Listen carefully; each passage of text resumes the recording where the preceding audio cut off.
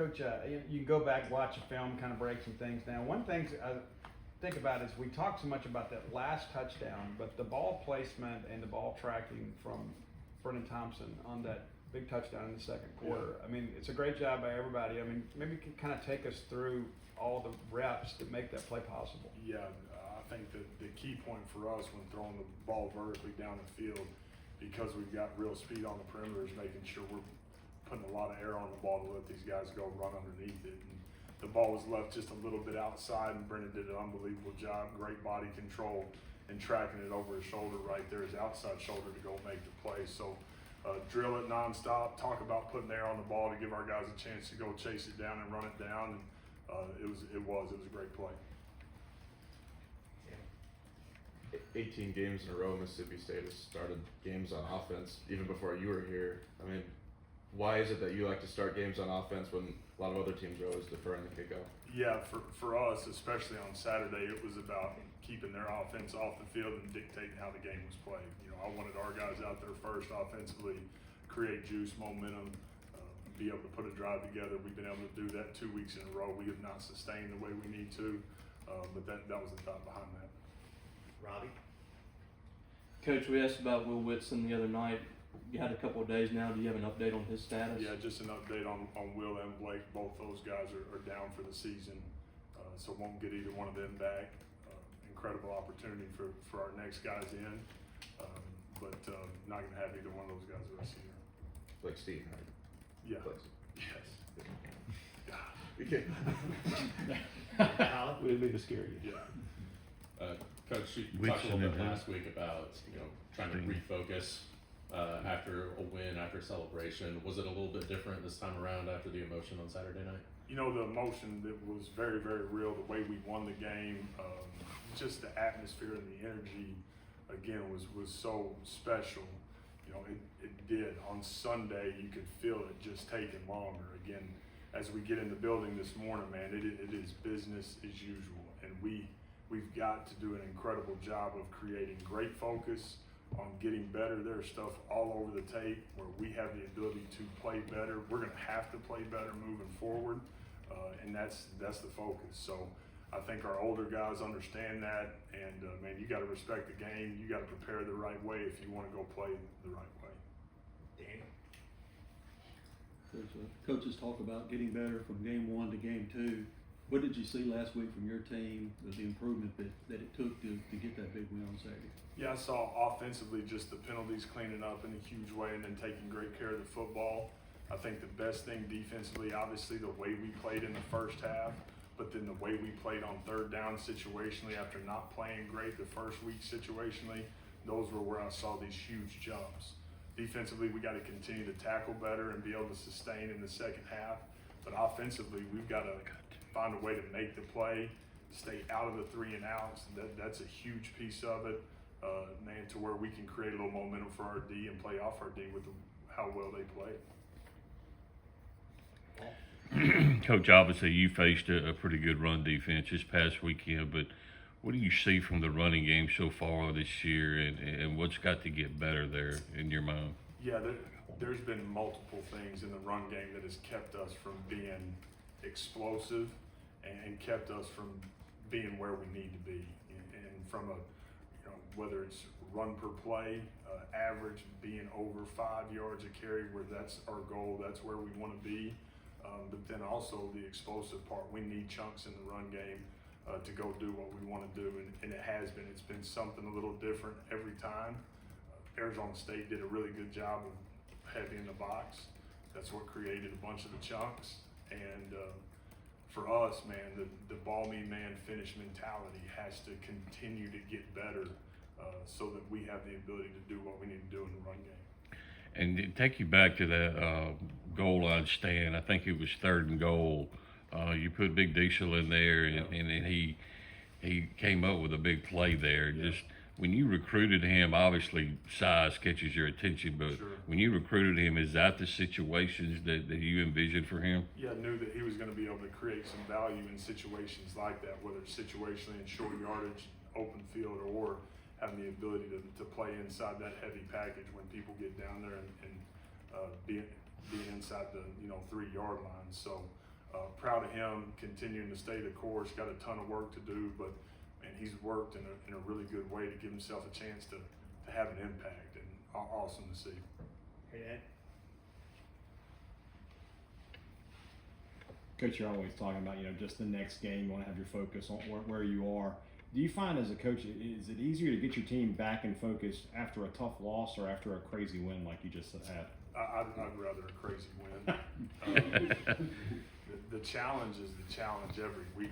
Like it doesn't stop. Monday is Monday, and it really has no bearing on what just happened Saturday. I wouldn't like the crazy win on Saturday in a great way, but at the end of it, man, Monday's Monday, and we've got a routine, and we've got to own that routine. We got to dominate the routine. We've got to be better this Monday than we were last Monday, and it's that simple. It doesn't change. And as a staff, creating great urgency for our players every single day. It's not just another Monday. It's the biggest Monday we've ever had in our life, and that's the mindset. And we got to get better. We got a ton of work to do. Our guys, I think, understand that, but we're going to continue to create that urgency as a staff. Jacob. Coach, I know you're dealing with some injuries on the offensive line, but what did Javen kind of show y'all to give you and Coach Ludlow the confidence to give him the start at left tackle? Yeah, I mean, him getting the start at left tackle, in all reality, was because of not having a lot of other guys to go start at left tackle. We had a really good week of work with him. He created a ton of confidence for myself, for Coach Lowhole, and then he went out and played 65 snaps, far from perfect, but played really, really solid. And we got to have that guy continue to come on. I'm proud of how he did what he did and how he played the way he played after not even being on the bus going to Hattiesburg. So bounce back, had an incredible week, and we're going to need it from him every single week. Carla. Coach, I know we talked about Arizona State a lot, but what are your first impressions of Alcorn State? Yeah, a group that, again, it has a ton of familiarity with our football team and a bunch of guys that are from this state. It's another in-state game. They've got a couple of guys from our hometown, from Starkville, and we've got to play with incredible energy. We've got to play incredibly hard, effort, physicality, execution. Like Saturday at 5 o'clock, those three things need to show up. And again, we're going to coach our guys in that mindset and be able to go do it. Steve. And last year, throughout the struggles, you said you always wanted to be the same guy every day. And a lot of guys on the team and staff said, even to the challenges, you were the same guy every day last year. Now that you're having some success, how is it important to have laid that foundation that every week has got its own set of challenges and we're going to be the same? And now I have to go pull guys out of clouds. Yeah, I think it's going to pay off. I really do. And I think our guys understand that, understand exactly how I'm going to operate and how we're going to operate when I walk into that team meeting on Monday morning, the messaging and what we're trying to do to get the things fixed that we have to get fixed to just give us a chance on Saturday to go 1-0 and end up being 3-0. That's it. And that's the mindset, doing it together, having fun doing it, but understanding, man, we got a ton of work to do. Robbie. Coach, is there an opportunity for Will to get another season? We sure hope so. We're in the middle of that right now, so we sure hope so. And also, you set out in the offseason to increase your depth for situations like this possibly, so you're not put in a bind. How do you feel about that position after what you've seen the first 2 weeks? Yeah, Will was playing like at a really, really high level. He was making plays. The guy was not staying blocked. So he was doing some things that were really, really close to being elite and special. The positive for us, if there is one, is that we've got guys at that position that are capable, very capable. Whether it's Tay, Bam Bam, Red, Joe Head, we have guys at that position that again can go play winning football with us, and there's no doubt about that. Sam. The whole Starkville versus everybody thing, I know you talked about this morning and Yeah. on Saturday too, but why do you think that's just becoming kind of a rallying cry maybe for this team and university? I do. I think it's because for whatever reason, there's this rap that we get that's not true. And so we talk to our guys nonstop about no comparisons. We don't compare ourselves to anybody. We're not looking at any other programs. I don't wonder what other programs doing to help me make a decision on what's best for our program. And to me, that's what it's all about. We're going to do exactly what we need to do for Mississippi State, our program, our university, our community, and to make sure that we're putting our best foot forward and be exactly who we are. We're gonna go to Colin, Steve, and close out with Paul.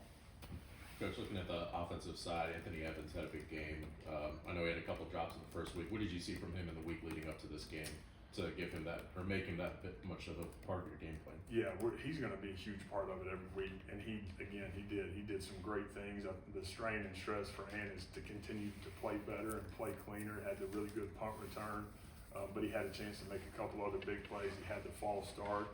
So constantly trying to create urgency with him, man, to go strain and play better. This guy's got a chance to be a great player for us.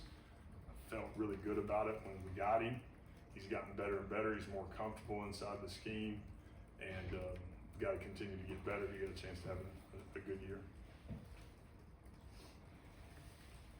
Coach, your creative team is doing a tremendous job. They caught a scene of you kind of stressing as the kneel down takes place. And Yeah. I know as a coach, it's never over till it's over. Yeah.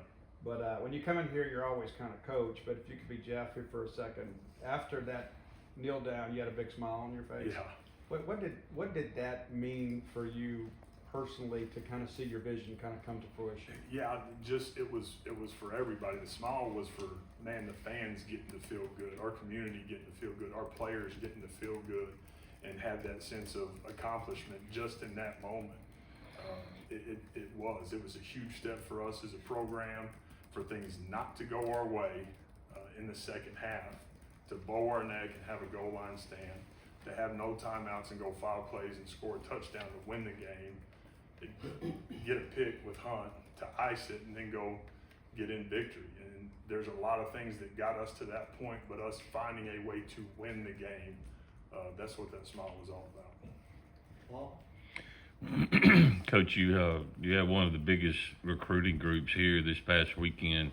I know it's kind of hard to, obviously you can't predict what's going to happen with the game, but to win that type of game in front of that many recruits, how much does that go as far as giving you a shot in the arm to kind of change the narrative? No, people want to win. Recruits want to win. You want to sign great players, you got to find ways to win. The hope part of it, man, only lasts so long. And so having the ability to find a way to win against a top 10 team with all those guys there in the environment, it is a huge deal for us. I think we're in it with some incredible players. We got to go find a way to keep stacking days and go 3-0 this Saturday.